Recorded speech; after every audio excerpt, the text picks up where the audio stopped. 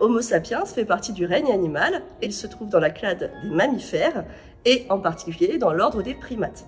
Et comme nous sommes aussi des singes, nous avons un nez et non une truffe et nous voyons en 3 couleurs. On appelle ça la vision trichromatique.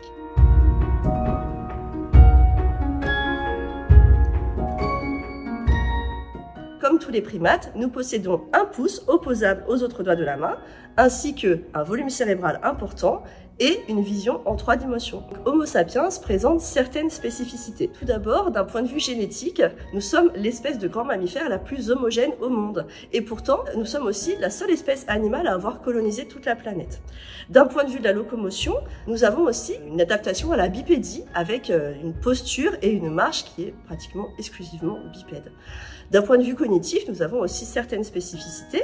Donc tout d'abord, nous avons un langage articulé, c'est propre à notre espèce.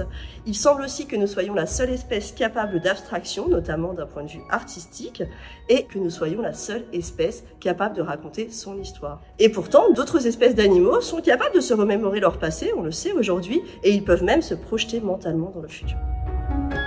On a longtemps pensé que seule l'espèce humaine était capable d'utiliser et de fabriquer des outils. Aujourd'hui, on sait que d'autres primates en sont également capables, même si ça reste un peu plus sommaire.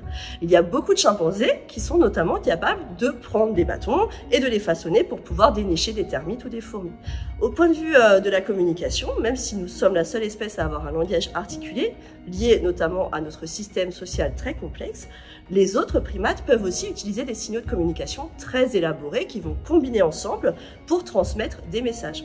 Par exemple, on sait que les gorilles de l'Ouest, et aussi les babouins, les macaques, peuvent se concerter en utilisant un certain nombre de vocalisations, de gestes, de postures. Et donc, avec tous ces signaux, ils vont pouvoir décider quand et où se déplacer tout en restant groupés. Une dernière particularité que nous avons en commun, c'est l'apprentissage social.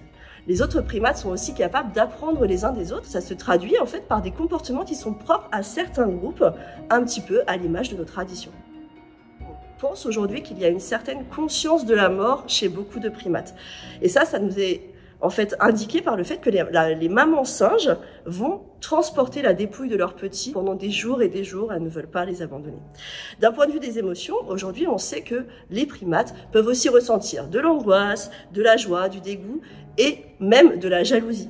Et toutes ces émotions, elles les aident en fait à créer des liens d'amitié entre eux et elles les poussent même parfois à faire preuve de solidarité.